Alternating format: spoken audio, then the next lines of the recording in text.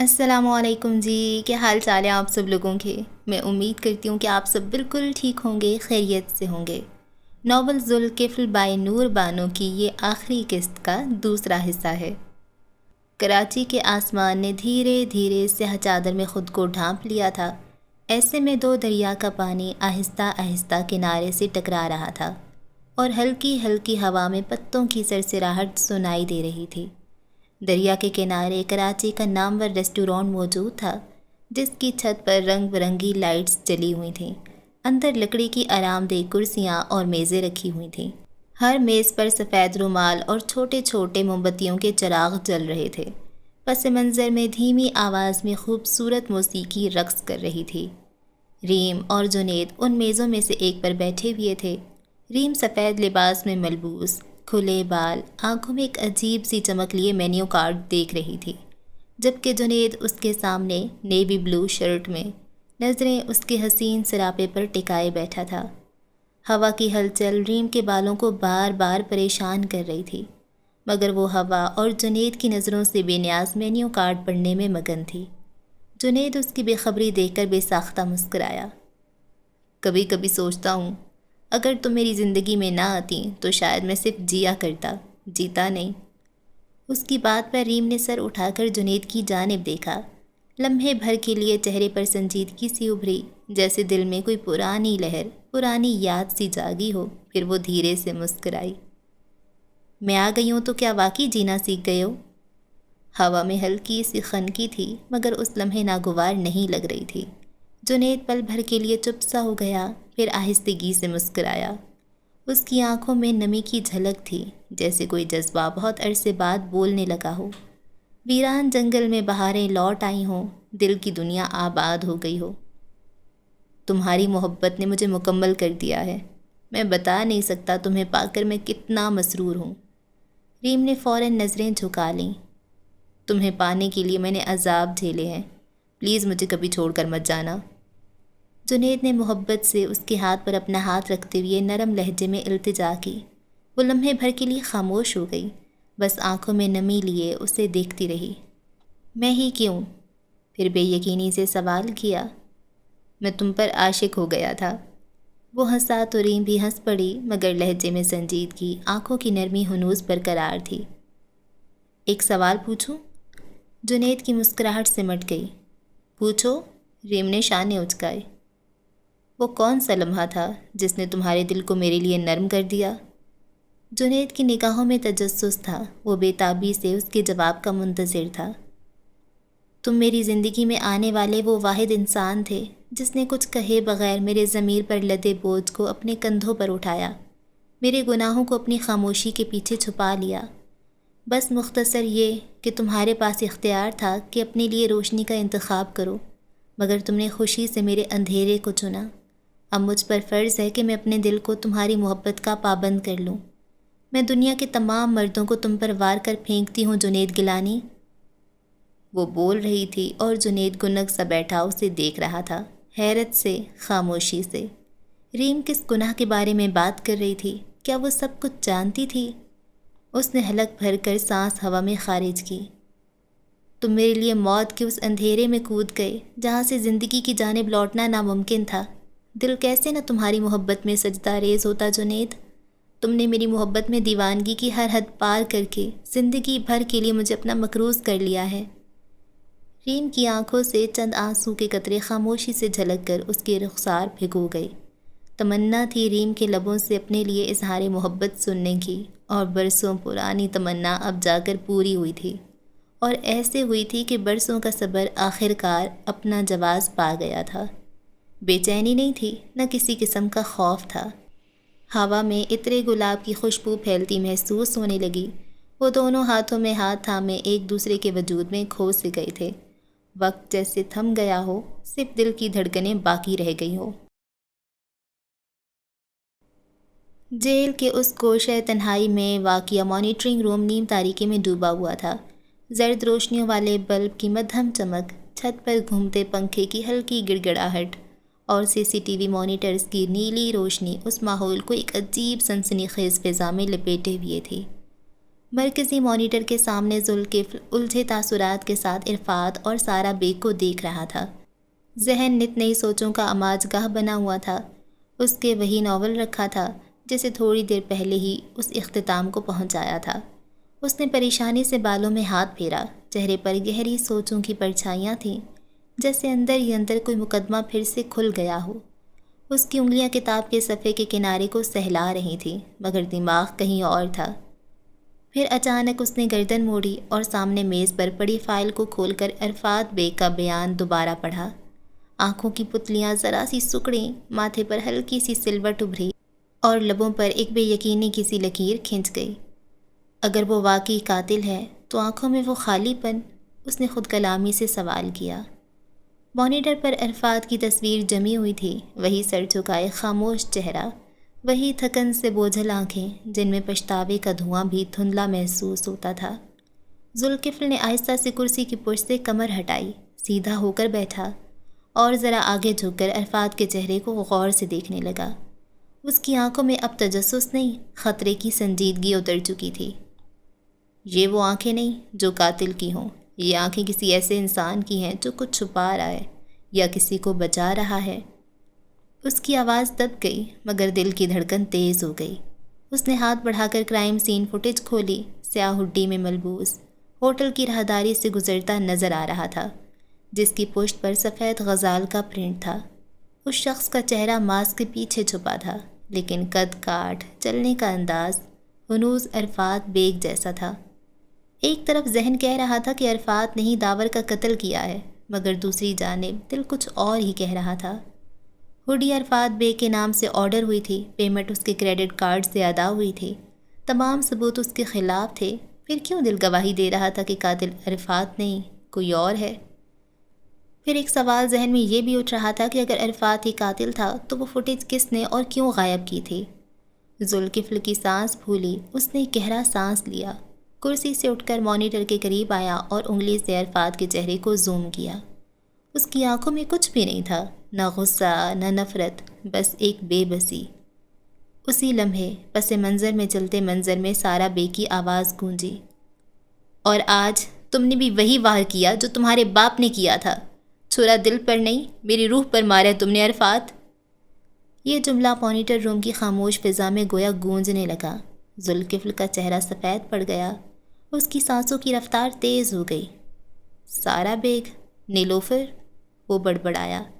اچانک اسے کچھ یاد آیا۔ ذوالکفل نے اب فائل بند کر دی اور آہستہ سے ناول کو سائڈ پر رکھ دیا۔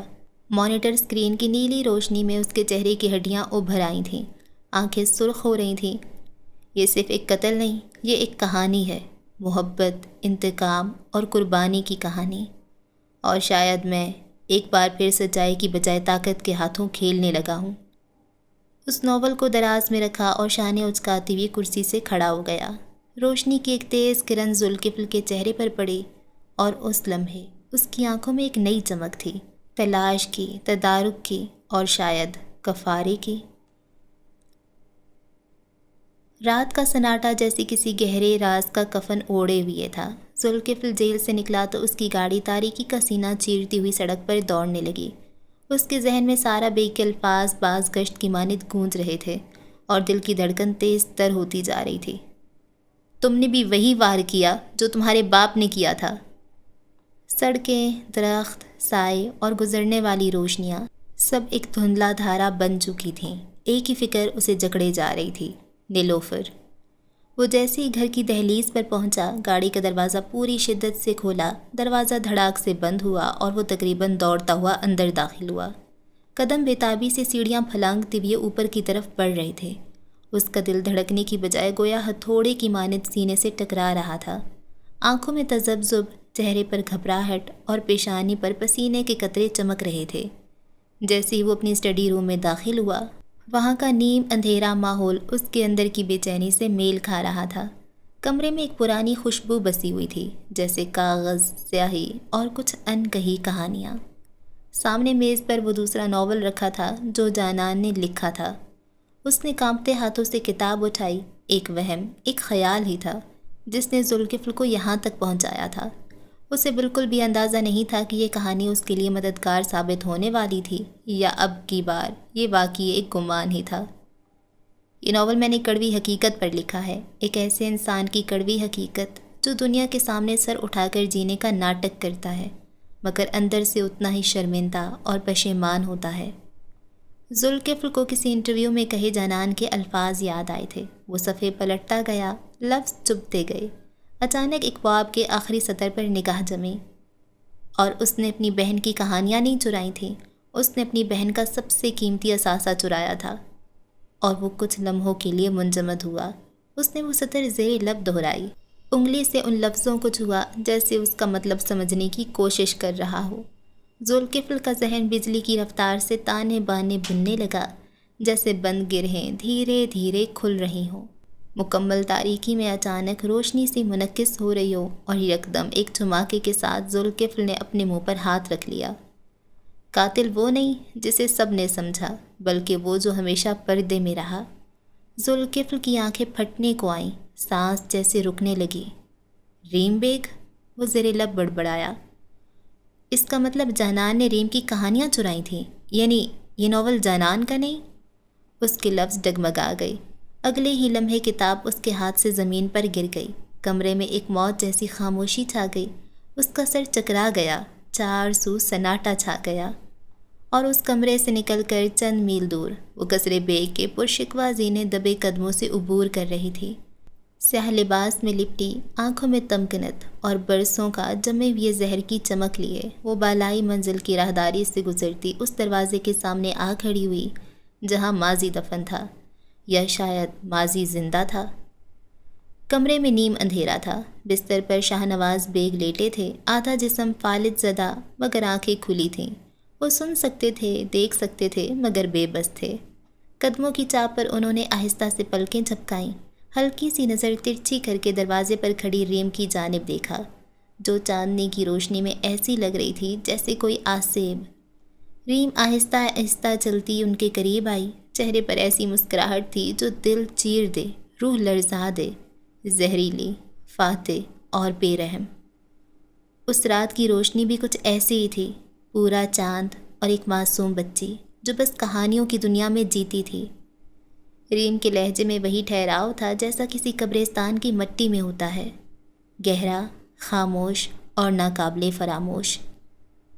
تم نے میری زندگی کے تمام رنگ چھین لیے، میرا ہنستا بستا گھر اجاڑ دیا، ماں کے ہوتے ہوئے بھی ماں کا پیار نہیں ملا، یہاں تک کہ تمہاری وجہ سے میرا باپ مر گیا، میں یتیم ہو گئی۔ اس کی آنکھوں میں آنسو نہیں تھے، کیونکہ وہ برسوں پہلے ہی بہہ چکے تھے، اب صرف شعلے تھے جن میں انتقام پک رہا تھا۔ اور اس پر ظلم یہ کہ تم نے میری عزت و آبرو کو بھی تار تار کر دیا، میرا بچپن بالکل سیاہ کر دیا۔ وہ رکی، گہری سانسیں لیتے ہوئے بولی، تمہیں کیا لگا تھا بچپن کی وہ ڈراؤنی یاد وقت کی ریت کے تلے دم توڑ دے گی؟ شاہ نواز بیگ کی آنکھوں میں لرزش آئی، چہرے پر خوف زدہ سے تاثرات تھے۔ میں کچھ نہیں بھولی شاہ نواز بیگ، اس رات کا اندھیرا، وہ تکلیف، خون کے دھبے، آج بھی میرے ذہن میں وہ تصویر تازہ ہے۔ وہ جھکی شاہ نواز کے چہرے کے قریب، اتنا قریب کہ ان کی سانسوں کی سائیں سائیں سنائی دینے لگی۔ یہ کمزوری، یہ فالج، یہ تنہائی، سب کچھ میرے ہاتھوں کی کاریگری ہے۔ میں نے تمہیں وہی تحفہ دیا ہے جو تم نے مجھے دیا تھا، جیتے جی مرنے کا تحفہ، مگر تم فکر مت کرنا، وقت آنے پر میں تمہیں موت کا تحفہ بھی دوں گی، کیونکہ تمہاری جان کوئی نہیں لے گا سوائے میرے۔ شاہ نواز کی آنکھوں میں دہشت تھی، پچھتاوا بھی شاید، مگر اب سب بے معنی تھا، سب ختم ہو گیا تھا۔ لیکن اس سے پہلے میں تم پر ایک ایسا راز افشا کرنا چاہتی ہوں جسے جاننے کے بعد تمہاری ہر سانس تم پر بوجھ بن جائے گی، جگر لہو ہونے لگے گا، آنکھیں خون کے آنسو روئیں گی، اور تمہیں ایک پل بھی چین نہیں ملے گا۔ یکدم اس کے چہرے پر سکون چھا گیا۔ شاہ نواز، جن کا پورا وجود پسینے سے شرابور تھا، بے بسی سے ریم کو دیکھ رہے تھے۔ دل سینے میں زور و شور سے دھڑک رہا تھا۔ کیا تم جاننا چاہو گے کہ میں نے تمہاری اور نیلوفر کی ناجائز اولاد کو اس رات کس طرح سے قتل کیا تھا؟ شاہ نواز بیگ ساکت ہو گئے، یوں جیسے کسی نے ان پر زہر پھونک دیا ہو۔ وجود پر آسیب طاری ہو گیا ہو، جیسے سانس باقی ہو مگر زندگی کٹ چکی ہو۔ اور ریم کھڑی تھی ایسے سکون کے ساتھ جیسے وقت اس کے قدموں میں جھک گیا ہو اور فتح اس کے دامن میں خاموشی کی صورت برس رہی ہو۔ وہ سکوت جو صرف شیطانوں کو نصیب ہوتا ہے یا ان انسانوں کو جو شیطان بن جاتے ہیں۔ اب تم ہر رات اسی چاند کو دیکھو گے اور اسی چاندنی میں میری چیخیں سنو گے، لیکن افسوس تم کچھ بول نہیں سکو گے۔ یہ سزا ہے، عدل نہیں۔ عدل تو تب ہوتا اگر تمہاری روح بھی جلتی جیسے میری جلی تھی۔ وہ سیدھی کھڑی ہوئی، ایک آخری نظر شاہ نواز پر ڈالی اور پورے کمرے میں سکوت پھیل گیا، جہاں صرف گناہوں کا بوجھ، چیخ و پکار اور سانسوں کی گھٹی گھٹی آواز رہ گئی تھی، اور وہ سناٹا جس میں ایک برباد بچی کی خاموش چیخیں آج بھی دیواروں سے سر ٹکرا رہی تھیں۔ وہ بچی جو وقت کے ساتھ اپنی معصومیت دفنا کر اپنے عہد کی فرعون بن گئی تھی، ایک ایسی سلطنت کی فرعون جہاں راج تو اس کا تھا مگر نیچے صرف لاشیں تھیں اور مقدر میں صرف ڈوبنا۔ اسٹڈی روم میں موجود اس پتھر کے بت میں اچانک کسی نے روح پھونک دی تھی۔ ذوالکفل معروف سا کھڑا تھا، سفید غزال، زہریلے سیب۔ وہ زیر لب بڑبڑایا، پھر کچھ سوچتے ہوئے ٹیبل پر موجود اپنا لیپ ٹاپ کھولا۔ چند کیز دباتے ہی ریم بیگ کی فیس بک پروفائل سکرین پر چمک رہی تھی۔ یہ وہ دنیا تھی جہاں حقیقت سے زیادہ دکھاوا، مسکراہٹوں کے پیچھے چھپے زخم اور تصویروں میں قید جھوٹے قصے بک رہے تھے۔ اور اس سے بھی بڑی بات، سوشل میڈیا ایک ایسا دلدل ہے جہاں انسان تو ختم ہو جاتا ہے مگر اس سے جڑی معلومات ہمیشہ سانس لیتی رہتی ہیں، انجانے میں، بغیر اجازت کے، وقت اور فاصلے کی تمام حدیں توڑ کر ہر اس شخص تک پہنچ جاتی ہیں جسے شاید وہ کبھی ملنا بھی نہ چاہے۔ ذرا سا کھنگالنے کے بعد ہی ذوالکفل کو ایک تصویر نظر آئی اور وہ لمحوں میں پورا معمہ سمجھ گیا۔ وہ پوسٹ سنو وائٹ کے متعلق تھی، جہاں اس کی سوتیلی ماں سنو وائٹ کو زہر آلود سیب کھلا کر مارنے کی کوشش کرتی ہے۔ چند سال پہلے نادانی میں شیئر کی ہوئی ریم کی ایک پوسٹ آج اس کے گلے کا پھندا بننے والی تھی، جو آہستہ آہستہ اس کی سانسیں کھینچ کر اس کے بنائے ہوئے ہر جھوٹ، ہر بھیس اور ہر راز کو ننگا کرنے والی تھی۔ ذوالکفل کے چہرے پر فاتحانہ مسکراہٹ ابھری، آخرکار مسٹری سالوڈ ہو گئی تھی، اور اس کھیل کی ماسٹر مائنڈ ریم بیگ تھی، دی ایول کوئین آف سنو وائٹ۔ ریم بیگ جس کے نام کا مطلب تھا سفید غزال۔ اور یہ کوئی فیری ٹیل نہیں تھی، یہ ریم بیگ کی کہانی تھی، اور اس بار ایول کوئین جیت چکی تھی۔ ایسا ایول کوئین کو لگ رہا تھا جبکہ کہانی کا اختتام ہونا اب بھی باقی تھا، اور اس بار کہانی کا اختتام جانان یا ریم کے نہیں، ذوالکفل سکندر خان کے ہاتھوں میں تھا۔ ذوالکفل نے جھک کر ناول اٹھائی اور دوبارہ میز پر رکھ کر جیسے ہی پلٹا، بیلا دروازے پر کھڑی تھی۔ وہ یکدم چونکا، اس کی نگاہیں ناول پر تھیں۔ تم کب آئیں؟ اور دروازہ تو بند تھا۔ ذوالکفل کے استفسار پر بیلا کے چہرے کا رنگ اڑا۔ معذرت ذوالکفل بھائی، مگر میں نے 2 دفعہ دروازہ کھٹکھٹایا تھا لیکن آپ نے کوئی جواب نہیں دیا، تو اس لیے بس آپ کو دیکھنے کے لیے۔ کیا کام ہے؟ ذوالکفل بری طرح سے الجھا تھا، اس کی بات کاٹتے ہوئے اگلا سوال کیا۔ وہ آپ سے ملنے سرمد صاحب آئے ہیں، نیچے ڈرائنگ روم میں بیٹھے ہیں۔ انکل؟ وہ بھی اس وقت؟ اس نے کلائی میں موجود گھڑی کی جانب دیکھا جو اب رات کے 9 بجا رہی تھی۔ ٹھیک ہے تم چلو، میں آتا ہوں۔ اس کے حکم پر بیلا سرسپات میں ہلاتی دروازہ دوبارہ مقفل کر کے چلی گئی۔ وہ نیچے لاؤنج میں اترا تو ڈرائنگ روم کے ادھ کھلے دروازے سے سرمد صاحب کی آوازیں سنائی دیں۔ اسے لمحہ بھر کو حیرت ہوئی، وہ کس سے اتنی طویل گفتگو کر رہے تھے، کیونکہ بنی سکندر نے کبھی ان سے محض سلام دعا کے علاوہ بات نہیں کی تھی۔ سکندر خان کو اپنی بیوی کا دوستوں سے بے تکلف ہونا کبھی گوارا نہ تھا، اور ان کے انتقال کے بعد بھی ذوالکفل نے کبھی بنی سکندر کو کسی اجنبی مرد سے براہ راست گفتگو کرتے دیکھا نہیں تھا۔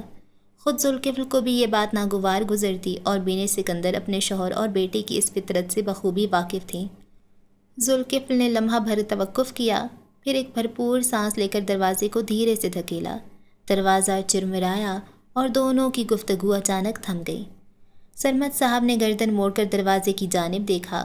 ان کی آنکھوں میں ایک لمحے کو خفیف سا چونکنا ابھرا، مگر فوراً ہی چہرہ سنبھال کر ایک بے نیاز سی مسکراہٹ کے پردے میں چھپا لیا۔ وہ اپنی کرسی کی پشت سے ذرا سیدھے ہوئے اور ذوالکفل کو دیکھ کر گویا ہونے کو تھے کہ جانان سبزواری کی نظریں زمین کی طرف جھک گئیں۔ اس کی پلکیں لرز رہی تھیں اور چہرے پر ایک ایسا وقار آمیز سکوت طاری تھا، گویا وہ ہر لفظ اور ہر نگاہ کو تول کر جواب دینے کی منتظر ہو۔ اس کے لب ہلکے سے بھنچے ہوئے تھے اور ہاتھوں کی انگلیاں ایک دوسرے میں سمٹی جا رہی تھیں۔ ذوالکفل کے دل میں ایک عجیب کشمکش جاگ اٹھی، ایک طرف بیوی پر بے پناہ اعتماد اور دوسری طرف سرمد صاحب کی موجودگی۔ اس نے گہری نظر سے جانان کو دیکھا، ایسی نظر جس میں سوال بھی تھے اور تحفظ کی طلب بھی۔ آپ یہاں؟ اس کی آواز میں ضبط کی سختی جھلک رہی تھی۔ سرمد صاحب نے دھیرے سے کہکا لگایا، جیسے ماحول کی سنجیدگی کو کم کرنے کی کوشش کر رہے ہوں۔ تم تو سب ملتے ہی نہیں ہو، ایسے غائب ہوئے ہو کہ ملنے کے لیے اسلام آباد سے خود آنا پڑا۔ جی بس سب آپ کی ہی مہربانیاں ہیں، اس کیس نے ایسا الجھایا کہ بس۔ اس نے آہستگی سے مسکراتے ہوئے پیشانی مسلی۔ ویسے میں رات کے اس وقت آپ کی آمد کی توقع نہیں کر رہا تھا۔ وہ کچھ توقف سے بولا۔ توقع تو میں نے بھی نہیں کی تھی کہ تم اپنی زندگی کی اتنی بڑی خوشی مجھ سے شیئر نہیں کرو گے۔ بس یہ کہنے کی دیر تھی، سرمد صاحب نے دیکھا کہ ذوالکفل کے چہرے کے نقش سخت ہو گئے اور آنکھوں میں وہی پرانی تپش عود کر آئی جو وہ برسوں پہلے اس کے والد سکندر خان کے تیوروں میں دیکھا کرتے تھے۔ جانان نے پہلی بار سر اٹھایا، اس کی آنکھوں میں ہلکی سی نمی اور بے شعوری سا اضطراب جھلک رہا تھا، جیسے وہ کہنا چاہتی ہو کہ اس گفتگو میں اس کی مرضی یا دلچسپی کا عمل دخل نہ تھا، یہ سب محض اتفاق تھا۔ خیر بیٹھو، بہت سی باتیں کرنی ہیں تم سے، تمہارے آنے سے قبل پرانی یادوں کا تذکرہ ہو رہا تھا۔ جانان بیٹی بھی بڑے سلیقے سے بات سن رہی تھی۔ سرمد صاحب نے نرمی سے اس کے کندھے پر ہاتھ رکھا۔ نہیں، جانان کی طبیعت ٹھیک نہیں، وہ زیادہ دیر بیٹھ نہیں سکتی۔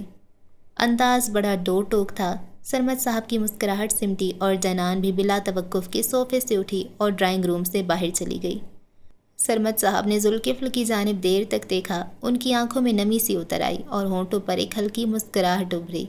انہوں نے مدھم اور بھرائی ہوئی آواز میں کہا، کبھی کبھی تم بات کرتے ہو تو لگتا ہے سکندر بول رہا ہے، وہی لہجے کی سنجیدگی، وہی وقار اور وہی آنکھوں میں چھپی ہوئی خاموش آگ۔ تم میں اس کی جھلک اتنی نمایاں ہے کہ دل چاہتا ہے وقت رک جائے اور میں یوں ہی تمہیں دیکھتا رہوں۔ یہ کہتے ہوئے ان کی آواز کہیں کہیں لرز گئی اور وہ خاموش ہو کر ذوالکفل کی طرف دیکھنے لگے، گویا اپنی بات کے ساتھ دل کا ایک ٹکڑا بھی اس کے قدموں میں رکھ دیا ہو۔ آپ ان سے بہت محبت کرتے تھے نا؟ ذوالکفل کے سوال پر وہ دھیرے سے ہنس دیے۔ ایک ہی تو یار تھا میرا، بہت جلدی چلا گیا۔ لبوں سے افسوس بھری آہ خارج کی، جواباً ذوالکفل طنزیہ مسکرایا۔ لمبا رک کر بھی کیا لیتے، ہمارے کرپٹ سسٹم نے ہمیشہ ایماندار لوگوں کو اپنے فائدے کے لیے ضائع کیا ہے۔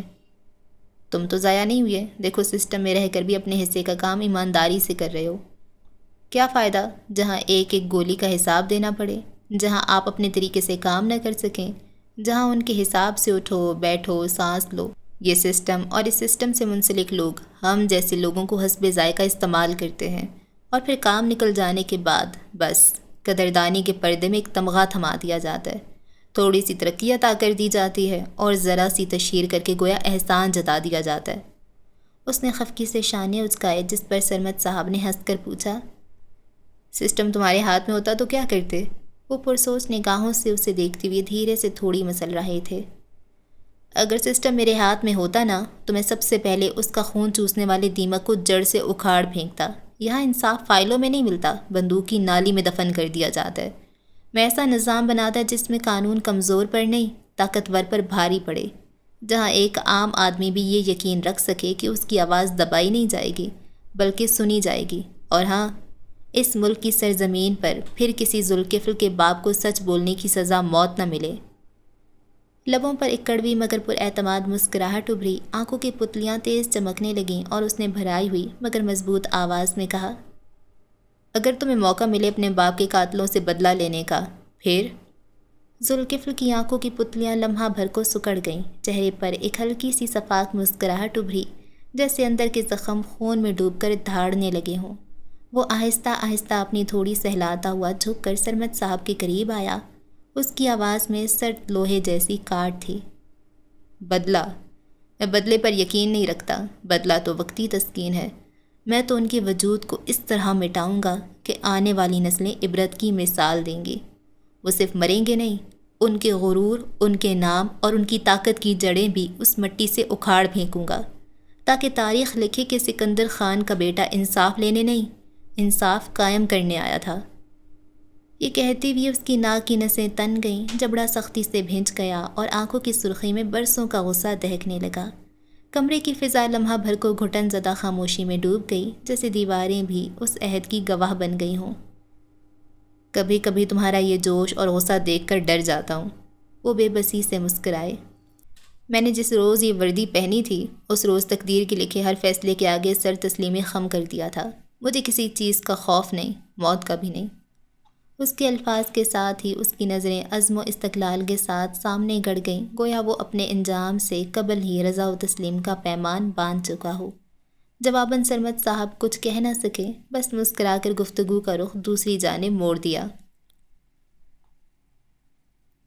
رات کی سیاہی ابھی پوری طرح چھٹی نہ تھی۔ شہر کی سڑکوں پر صبح کے اجالے سے پہلے کی وہ گھٹن اور خاموشی پھیلی ہوئی تھی جو طوفان کے عین لمحے قبل محسوس ہوتی ہے۔ ہوا میں ایک عجیب سا بوجھ لٹک رہا تھا، جیسے وقت نے بھی سانس روک رکھی ہو۔ جیل کی بالائی منزل کی راہداری میں چلتے ذوالکفل کا چہرہ فرتے جذبات سے سرخ ہوا جا رہا تھا۔ اس کے ساتھ چلتا انسپکٹر عامر اور باقی حوالدار اس کی رفتار سے ملنے کی کوشش کر رہے تھے۔ سر ریم بیگ اب کوئی عام انسان نہیں بلکہ TWP کی چیئر پرسن ہے۔ ذوالکفل کی رفتار چلتے چلتے کچھ دھیمی ہوئی۔ اگر وہ کسی سلطنت کی ملکہ بھی ہوتی تب بھی میں اسے اس کی کرسی سمیت گھسیٹ کر جیل کی دیواروں کے پیچھے لے جاتا، کیونکہ کرسی بڑی نہیں ہوتی، جرم ہمیشہ بڑا ہوتا ہے۔ قانون کی نظر میں سب برابر ہیں۔ اس کا لہجہ کڑک تھا۔ اس کی خون آشام آنکھیں دیکھ کر انسپکٹر عامر کا منہ بند ہو گیا۔ قصر بیگ کے باہر سینکڑوں کیمروں کی چمک ایک ساتھ لپکی۔ پولیس کی بختر بند گاڑیاں، اینٹی رائٹ فورس اور لیڈی کانسٹیبلز کے دستے سیاہ وردیوں میں قطار در قطار کھڑے تھے۔ فضا میں نعرے گونج رہے تھے، ریم بیگ زندہ باد، شاہنواز بیگ زندہ باد۔ DSP ذوالکفل نے اپنی جیب سے وارنٹ نکالا۔ ہاتھ کام نہیں رہا تھا، مگر آنکھوں میں فولادی عزم کی جھلک تھی۔ ان کے پیچھے میڈیا رپورٹرز اپنے مائک آگے بڑھائے کھڑے تھے، ہر کوئی اس لمحے کو براہ راست نشر کرنے کو بے تاب تھا۔ دروازہ دھڑام سے کھلا۔ اندر ڈائننگ ٹیبل کی سربراہی کرسی پر ریم بیگ پورے وقار کے ساتھ بیٹھی تھی، سیاہ شال کاندھوں پر، ہونٹوں پر طنزیہ مسکراہٹ اور نگاہوں میں وہی غرور جو اسے ورثے میں ملا تھا۔ ذوالکفل نے کمر سیدھی کی، آگے بڑھ کر وارنٹ ان کی جانب بڑھایا۔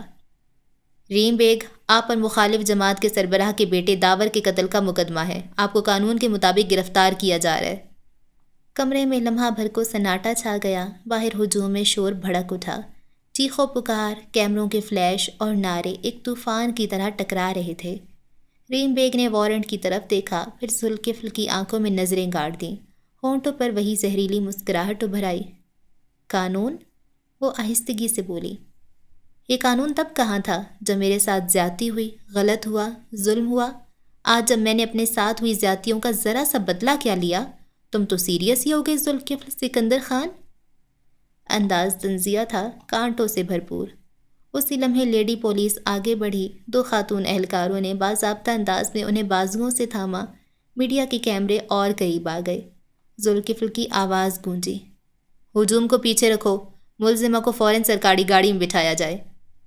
ریم بے کے چہرے پر اب بھی سکون اور تکبر کا امتزاج تھا۔ وہ کسی شکست خوردہ سپاہی کی طرح نہیں بلکہ کسی ملکہ کی طرح قدم بڑھا رہی تھی، جیسی گرفتاری بھی اس کی سیاست کا ایک اور کھیل ہو۔ باہر نعروں کی گونج اور گاڑیوں کے سائرن فضا کو چیرتے ہوئے آگے بڑھ گئی۔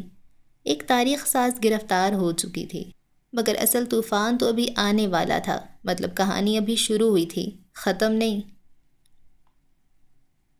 چاندنی رات کی دھندلی روشنی میں ہوٹل کی چھت کی منڈیر سے نیچے جھانکتی ہوئی لینا کے چہرے پر اداسی کی ایک لمبی پرچھائی پھیلی ہوئی تھی۔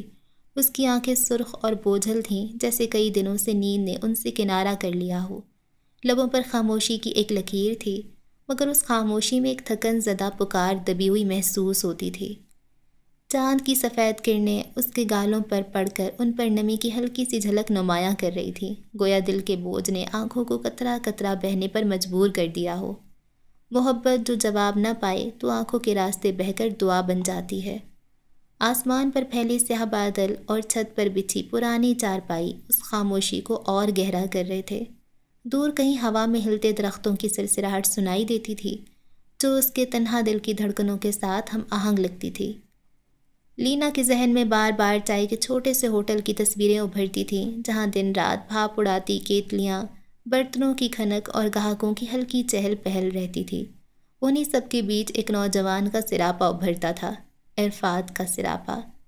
وہی مسکراہٹ جو تھکن کے باوجود آنکھوں میں چمک ڈال دیتی تھی، وہی سادہ سا لہجہ جو دل کو ایک انجانی راحت بخشتا تھا۔ مگر اب ان یادوں پر ایک بوجھل سناٹا چھا گیا تھا۔ عرفات کو جب پولیس نے قتل کے الزام میں اٹھایا تھا، اس دن کی چیخیں، شور اور لوگوں کے حیران چہرے آج بھی لینا کے دل میں قید تھے۔ وہ منظر اس کے دل پر اس طرح نقش تھا جیسے کسی نے گرم لوہے سے داغ دیا ہو۔ اس کی نگاہیں اب بھی چاند سے جمی ہوئی تھیں، جیسے وہ اس خاموش آسمانی ساتھی سے اپنے دل کا درد بانٹنا چاہتی ہو۔ آنکھوں میں ایک بے بسی تھی، چہرے پر ایک خاموش فریاد۔ اس کے وجود سے ایک انجانی کسک پھوٹ رہی تھی جو کرب و جوار میں پھیلی خاموش فضا کو اور زیادہ بوجھل بنا رہی تھی۔ چاند اپنی سفیدی کے ساتھ آسمان پر قائم رہا، آنکھیں سرخ، بوجھل اور خالی، جیسے برسوں کی نیند ان سے روٹھ گئی ہو۔ وہ مدھم آواز میں خود سے گویا ہوئی، اے اللہ، یہ چاند تو کتنا روشن ہے، مگر میرا دل اندھیروں کا جنگل بن گیا ہے۔ اگر عرفات واقعی بے قصور نہ ہوا تو میرا یہ زندگی بھی قید سے کم نہ ہوگا۔ وہ گم سم سی کھڑی اپنی سوچوں سے گتھم گتھا تھی کہ اتنے میں وسیم نیچے سے دوڑتا ہوا اوپر آیا۔ سانسیں بھاگنے کی وجہ سے بے ترتیب تھیں، ماتھے پر پسینہ تھا مگر آنکھوں میں پرجوشی اور لبوں پر میں نے خیسی مسکراہٹ رقص کر رہی تھی۔ لینا دیدی، خوشخبری ہے۔ لینا یکدم پلٹی، اس کی پلکیں لرز گئیں، آواز بھر آئی، کیسا خوشخبری؟ وسیم بھانپتے ہوئے ہنسا، پھر چہک کر بولا، عرفات بھیا بے قصور ہے، پولیس نے ان کو رہا کر دیا، میں بھی نیوز دیکھ کر آ رہا ہوں۔ وہ ایک سانس میں سب بول گیا اور یہ خبر سن کر لینا کے وجود میں جیسے بجلی دوڑ گئی، آنکھیں پھیل گئیں، لب کانپنے لگے۔ اس نے قدم لڑکھڑا کر منڈیر کو تھام لیا اور زلزلہ زدہ دل کے ساتھ آسمان کی طرف دیکھتے ہوئے رو پڑی، جیسے ضبط کے تمام بندھن ٹوٹ گئے ہوں۔ اس کی رخسار پر بہنے والے آنسو اب دکھ کے نہیں، شکر اور سکون کے تھے۔ اس نے وسیم کی طرف دیکھا، ہونٹوں پر لرزتی مسکراہٹ اور آنکھوں میں روشنی اتر آئی۔ عرفات کے آزاد ہونے کی خبر لینا کے دل پر ایسے اتری جیسے صحرا میں پہلی دفعہ بارش برسی ہو۔ سبز بیلوں سے ڈھکا صحن چنبیلی کی خوشبو سے مہک رہا تھا۔ مریم کے لگائے پھول چار سو اپنی خوشبو بکھیر رہے تھے۔ ایسے میں اماں حاضرہ صحن کے تخت پر بیٹھی تسبیح کے دانے گرا رہی تھیں اور مریم اندر کمرے میں ٹی وی کے سامنے کھڑی تھی۔ نیوز میں ریم بے کی گرفتاری کے مناظر چل رہے تھے۔ یہ دیکھ کر مریم کا سانس رک سا گیا۔ اس کے دماغ میں عمیرہ کا انکشاف گونجنے لگا۔ مریم؟ عمیرہ کی آواز بھاری سانس کے ساتھ ٹوٹی۔ اس نے ایک لمحے کو آنکھیں بند کیں جیسے اپنے اندر ہمت جمع کر رہی ہو، پھر آہستگی سے بولی، اس رات میں داور کے ساتھ تھی۔ وہ ایک پل کو رکی، چہرے پر جھجک اور خجالت کی لکیر ابھری۔ اس نے مجھے میرے پیسے دیے اور پھر میں وہاں سے فوراً نکل گئی۔ ہوٹل سے نکلنے کے کچھ دیر بعد جب میں نے اماں کو فون کرنے کے لیے پرس کھولا تو پتہ چلا میں اپنا موبائل ہوٹل کے کمرے میں بھول آئی ہوں۔ اس کے چہرے پر گھبراہٹ تیر رہی تھی۔ وہ لب بھینچ کر چند لمحے خاموش رہی، پھر کہا، موبائل لینے کے لیے میں اس رات واپس ہوٹل گئی تھی۔ میں راہداری کے دوسرے سرے پر تھی جب میں نے داور کے کمرے سے کسی کو نکلتے ہوئے دیکھا۔ یہ کہتی ہی اس کی آواز کپ کپا گئی۔ مریم کی آنکھوں میں تجسس بڑھ گیا۔ اس شخص کی میری جانب پشت تھی، اس لیے میں دیکھ نہیں سکتی تھی کہ وہ کون ہے، مگر اس نے سیاہ رنگ کی ہڈی پہن رکھی تھی جس پر سفید رنگ کا غزال بنا تھا۔ اس کا گلا خشک ہو گیا، آنکھوں میں دہشت اتر آئی۔ اس کے نکلتے ہی میں داور کے کمرے میں داخل ہوئی تو میں نے دیکھا وہ زمین پر اوندھا پڑا تھا۔ اس کا جسم اکڑا ہوا تھا اور منہ سے سفید جھاگ بہہ رہا تھا۔ اس منظر کو دہراتے ہوئے عمیرہ کا چہرہ زرد پڑ گیا، اس کی آنکھوں میں آنسو تیرنے لگے۔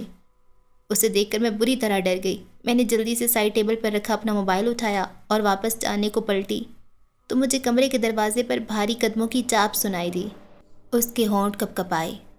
کوئی دروازہ کھول کر اندر آ رہا تھا۔ کوئی مجھے وہاں دیکھ لیتا تو لگتا میں نے اسے مارا ہے، اس لیے میں فوراً باتھ روم میں چھپ گئی۔ وہ لمحہ بھر کو رکی، پھر پھٹی پھٹی نظروں سے مریم کو دیکھتے ہوئے بولی، جو پہلے ہی سن ہوتی سماعتوں کے ساتھ اسے بمشکل سن رہی تھی۔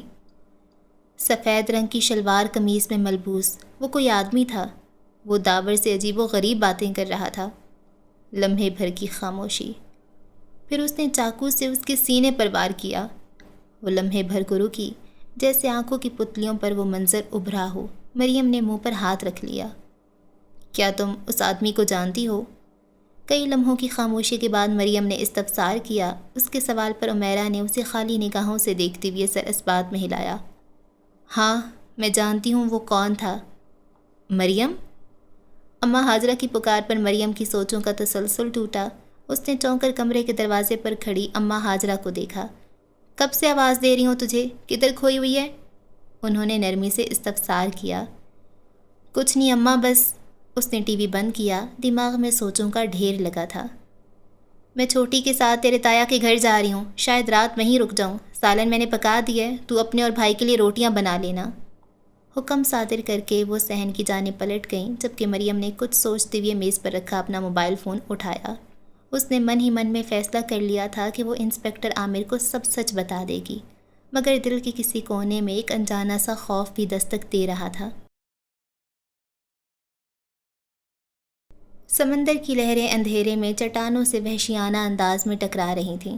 ہوا میں نمکین بو اور کائی کی باز کھل کر ایک بوجھل سا ماحول پیدا کر رہی تھی۔ سنسان ساحل پر ہوا کے جھونکے خالی بانسری کی طرح سسکاریاں بھرتے گزر رہے تھے۔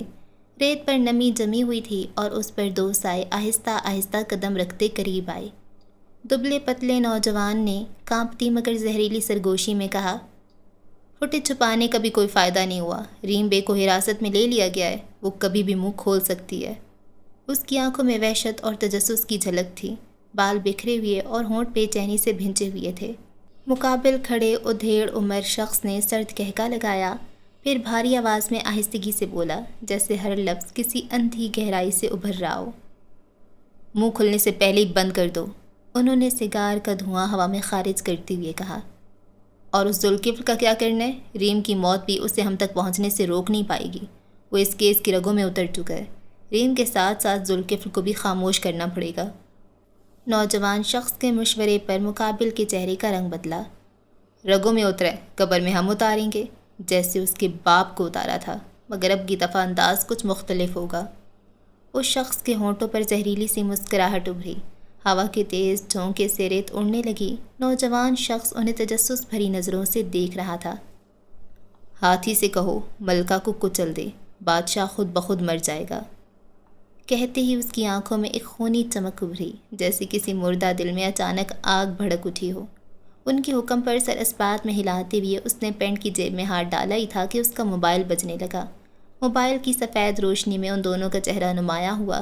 اسکرین پر جانا پہچانا سا نمبر چمک رہا تھا۔ اس نے یس کا بٹن دباتے ہوئے موبائل کان سے لگایا۔ عامر؟ دوسری جانب سے ڈری سہمی سی زنانہ آواز ابھری۔ وہ آواز مریم کی تھی۔ صحن میں سناٹا تھا، درختوں کی پتیاں ہوا کے جھونکوں سے کانپ رہی تھیں، لیکن مریم کے وجود پر پسینے کی باریک بوندیں چمک رہی تھیں۔ وہ بار بار کمرے میں ٹہلتی اور گھڑی پر نگاہ ڈالتی، پھر اچانک کچھ سوچتے ہوئے مریم نے ذوالکفل کا نمبر ڈائل کیا۔ ابھی مریم نے موبائل کان سے لگایا ہی تھا کہ دروازے پر ہولناک دستک گونجی۔ دھڑکتے دل کے ساتھ اس نے دروازہ کھولا۔ سامنے انسپکٹر عامر کھڑا تھا۔ آج خلاف توقع چہرہ سپاٹ نظر آ رہا تھا اور آنکھوں میں ایک خوفناک سا اضطراب اور دبی ہوئی بربریت چھپی تھی۔ مریم نے اسے اندر آنے کی اجازت دی اور اس کی پشت پر دروازہ مقفل کر دی۔ اس کے پیچھے پیچھے صحن کے وسط تک آ گئی۔ تم نے فون پر کہا تھا کہ تم جانتی ہو کہ داور کا اصل قاتل کون ہے؟ عامر نے بنا کسی تمہید و توقف کے بات کا آغاز کیا۔ مریم نے لب بھینچتے ہوئے سر اثبات میں ہلایا۔ جی۔ اس کے لب کپ کپائے، مگر اس نے ہمت مجتمع کرتے ہوئے کہنا شروع کیا۔ اس روز صرف ریم نہیں تھی جس نے داور کو مارنے کی کوشش کی تھی عامر، اس کے جانے کے بعد بھی کوئی تھا جو وہاں آیا تھا۔ عامر کی آنکھوں میں پل بھر کو تیز چمک ابھری۔ اس نے عجیب سے انداز میں استفسار کیا۔ کون آیا تھا وہاں مریم؟ مریم گو بگو سی عامر کو دیکھ رہی تھی، جیسے کسی کشمکش میں مبتلا ہو۔ بتاؤ مریم، کون تھا وہ شخص؟ عامر کے لہجے میں برف جیسی ٹھنڈک تھی۔ لمحے بھر کی خاموشی۔ علی جبران، داور کا باپ۔ انہوں نے مارا ہے داور کو۔ ریم کے جانے کے بعد وہ وہاں آئے تھے۔ داور پر خنجر سے آخری وار کرنے والے کوئی اور نہیں، علی جبران ہیں، اپنے اکلوتے بیٹے کے قاتل۔ ایک لمحے کو کرب و جوار میں پھیلی فضا منجمد ہو گئی، ہوا جیسے رک گئی۔ عامر کی گردن میں ایک گلٹی ابھر کر معدوم ہوئی۔ اس کی آنکھیں لمحہ بھر کے لیے پھیل گئیں، جیسے کسی نے اس کی رگے جان پر ہاتھ رکھ دیا ہو۔ پھر اچانک اس کے چہرے پر ایک بے نام سا سایہ دوڑ گیا۔ تمہیں یہ سب کیسے پتہ چلا؟ اس کا چہرہ تاریک پڑ گیا تھا، اس کے ہونٹوں کے کنارے عجیب طرح سے کانپے۔ پھر وہ آہستگی سے بولی، عمیرہ نے۔ وہ رکی، پھر فوراً بولی، مگر آپ وعدہ کریں کہ اس کا نام اس سب کے بیچ میں نہیں آئے گا۔ عامر نے سر اس بات میں ہلایا۔ اور ویسے بھی کیا فرق پڑتا ہے کہ مجھے یہ بات کس نے بتائی ہے؟ اہم یہ ہے کہ اصلی گنہگار کو سزا ملنی چاہیے۔ یہ سنتے ہی عامر کا وجود جیسے پتھر کا بت بن گیا۔ پھر اچانک اس کی آنکھوں میں ایسی وحشت اتری کہ مریم ایک قدم پیچھے ہٹ گئی۔ لا علمی بڑی نعمت ہوتی ہے مریم، وہ بہت دھیرے سے بولا۔ افسوس۔ عامر کی آواز برف کی طرح سرد تھی۔ کاش تم یہ سب نہ جانتی۔ کیا مطلب؟ مریم کی چھٹی حس نے اسے وارننگ دی، مگر وقت ہاتھ سے نکل چکا تھا۔ میں کافی عرصے سے تمہیں ایک بات کہنا چاہتا تھا۔ سرخ آنکھیں یکدم نمی سے بھر گئیں۔ میں تم سے محبت کرتا ہوں۔ مریم دم سادھے اسے حیران نظروں سے دیکھنے لگی، جیسے اپنی سماعتوں پر یقین نہ آیا ہو۔ مگر علی جبران کے مجھ پر بہت سے احسانات ہیں مریم۔ عامر نے سر ذرا سا جھکایا، پھر مریم پر نظریں گاڑ دیں۔ اب ان آنکھوں میں نمی نہیں تھی، ان میں ایک بھیانک انکشاف کا وزن چھپا تھا۔ اور وفاداری ہر چیز پر مقدم ہوتی ہے، محبت پر بھی۔ چند لمحے کے لیے اس کی ناک کی باریک رگیں پھڑکیں، ماتھے پر پسینے کی باریک بوندیں جھلملائیں۔ پھر اچانک اس کے ہونٹوں سے ایک سرد آہ نکلی۔ مجھے معاف کر دو مریم، لیکن مجھے اپنی وفاداری ثابت کرنے کے لیے اپنا دل مارنا پڑے گا، یعنی تمہیں مارنا پڑے گا۔ مریم کی آنکھیں پھیل گئیں۔ عامر؟ مریم کے الفاظ گلے میں ہی رک گئے، کیونکہ عامر نے جیکٹ کی اندرونی جیب سے گن نکالی۔ مریم نے گھبرا کر ہاتھ سینے پر رکھا۔ نہیں، پلیز ایسا مت کریں۔ مریم نے خود سے قدم پیچھے ہٹائے۔ افسوس، مجھے ایسا ہی کرنا پڑے گا۔ تم اور عمیرہ دونوں کو مرنا پڑے گا۔ وہ لمحہ صدیوں جتنا طویل تھا۔ مریم اس سے پہلے کچھ کہتی، عامر نے گن کا ٹریگر دبا دیا۔ سائلنسر نے آواز دبا لی اور ایک دھماکے کے ساتھ گولی مریم کی پیشانی میں کھپ گئی۔ سیکنڈ سے بھی کم وقت لگا تھا مریم کی سانسیں بند ہونے میں۔ وہ ریت کی طرح فرش پر ڈھیر ہو گئی۔ خون کے گرم چھینٹے عامر کے چہرے پر پڑے۔ مریم کے ہاتھ سے موبائل چھوٹ کر فرش پر گر پڑا۔ اسکرین پر ذوالکفل کا نام اب بھی جگمگا رہا تھا۔ اس کی نیم و آنکھوں میں خوف اور سوال منجمد ہو گئے تھے، جیسے مرنے سے پہلے بھی وہ انصاف کی آس تھام رہی ہو۔ صحن کی خاموشی میں اس کا لہو آہستہ آہستہ پھیل رہا تھا، اور ہوا کا ہر جھونکا یوں محسوس ہوتا تھا جیسے اس کی رخصت پر ماتم کر رہا ہو۔ عامر نے مریم کے ٹھنڈے پڑتے وجود کو اپنی باہوں میں سمیٹا۔ اس کی آنکھیں اب بھی کھلی تھیں، جو براہ راست عامر کے اندر جھانک رہی تھیں۔ پھر اپنے آنسو صاف کرتے ہوئے وہ اندھیرے کی طرف بڑھا، پیچھے صرف ایک بے جان جسم اور ایک ٹوٹی ہوئی کہانی چھوڑ کر۔ اندھیری رات کی دبیز چادر پورے محلے پر تان چکی تھی۔ صرف گلی کے کونے پر لٹکتا ہوا بلب ٹمٹما رہا تھا، جیسے کسی خاموش المیے کی گواہی دے رہا ہو۔ عامر تیز قدموں سے عمیرہ کے گھر کی طرف بڑھ رہا تھا۔ اس کے چہرے پر پسینے کی باریک بوندیں بہہ رہی تھیں، مگر آنکھوں میں ایک عجیب سی آگ جل رہی تھی۔ آج یہ دوسرا راز بھی ہمیشہ کے لیے دفن ہو جائے گا۔ اس کی سانسیں بھاری تھیں، آنکھوں کے گرد کالے حلقے اور جبڑے کی سخت لکیریں جیسے ہر جذبے کو دبا کر صرف ایک وحشی عزم کو جگہ دے چکی تھیں۔ جیکٹ کی اندرونی جیب میں چھپی گن پر اس کی انگلی بار بار پھسلتی تھی، جیسے اس کا دل بے چینی سے اسے جلدی کرنے پر اکسا رہا ہو۔ لیکن جیسے ہی وہ عمیرہ کے مکان کے قریب پہنچا، اچانک فضا کو چیرتی ہوئی تیز سائرن کی آوازیں ابھریں۔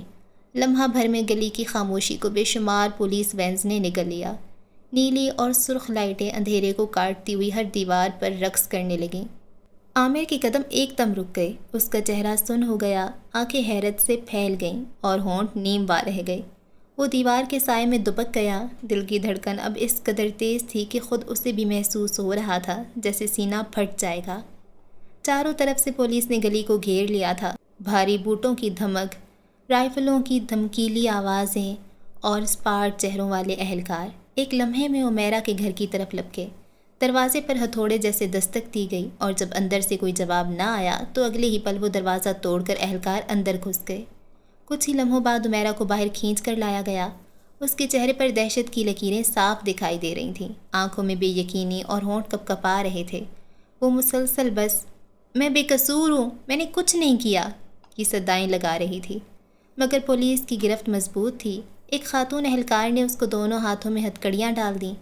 اس وقت اس کی آنکھوں سے بہتے آنسو نیلی روشنی میں موتی کی طرح چمک رہے تھے، مگر کوئی بھی ان کی چمک کو روکنے یا سنبھالنے والا نہ تھا۔ عامر نے یہ سب منظر دور سے دیکھا۔ اس کے چہرے پر پھیلی وحشت خوف میں بدل گئی۔ اس کے اندر ایک کڑوا احساس جاگا۔ یہ سب اتنی جلدی کیسے؟ کس نے اطلاع دی؟ اس کی سانسیں پھولنے لگیں، ماتھے کی رگیں پھڑک رہی تھیں۔ وہ دیوار کے سائے میں مزید دبک گیا، اپنی جیکٹ کی جیب پر ہاتھ رکھا اور دانت کچکچا کر سرگوشی کی۔ ابھی کھیل ختم نہیں ہوا، ابھی نہیں۔ اس نے فوراً پاکٹ سے موبائل نکالا اور ایک میسج ٹائپ کرنے لگا، ایک آخری حکم جو علی جبران نے دیا تھا۔ ہاتھی سے کہو ملکہ کو کچل دے، بادشاہ خود بخود مر جائے گا۔ پولیس وینز کے انجن کی آوازیں، لائٹوں کی تیز چمک اور عمیرہ کی بے بس چیخیں رات کے سناٹے کو کاٹ رہی تھیں۔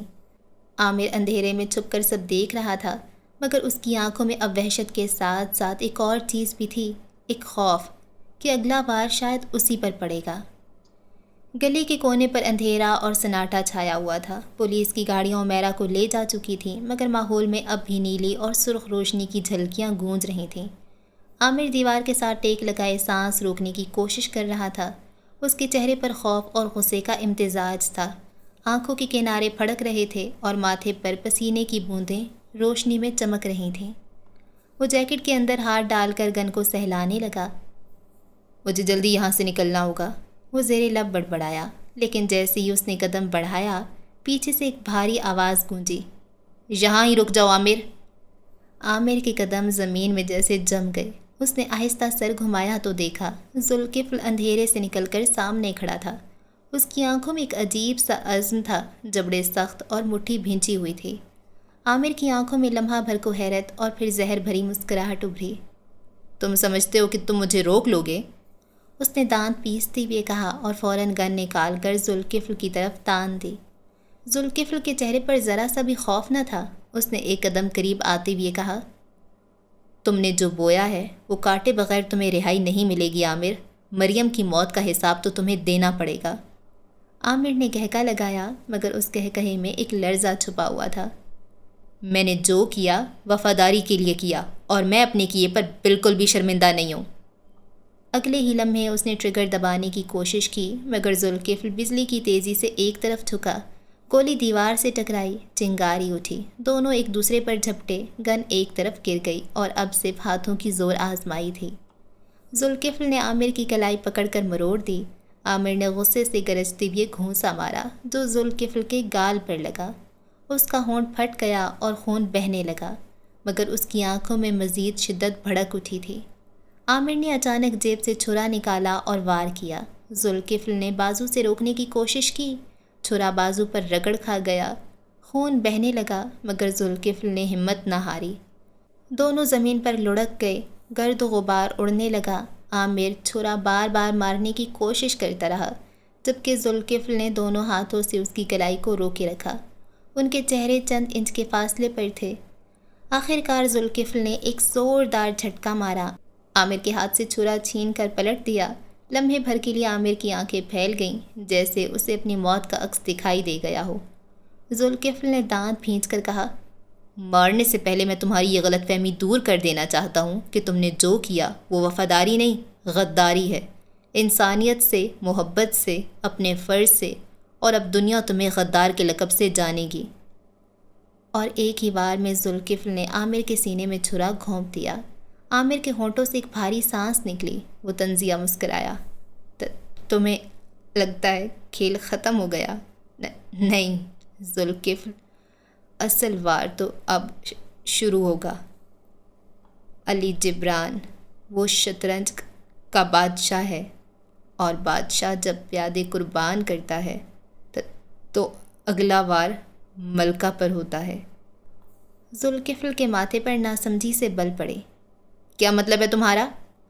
اس نے عامر کا گریبان پکڑ کر اسے جھنجھوڑا، مگر اس کے چہرے کی مسکراہٹ مدھم اور آنکھوں کی پتلیاں ساکن ہو گئیں، اور چند ہی سیکنڈز میں اس کا وجود ڈھیر ہو گیا۔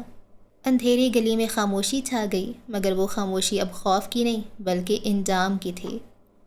ذوالکفل خون آلود ہاتھوں کے ساتھ زمین پر بیٹھ گیا۔ اس کی سانسیں تیز تھیں، چہرہ پسینے اور خون سے تر، مگر دل بے سکونی کی دلدل میں دھنستا جا رہا تھا۔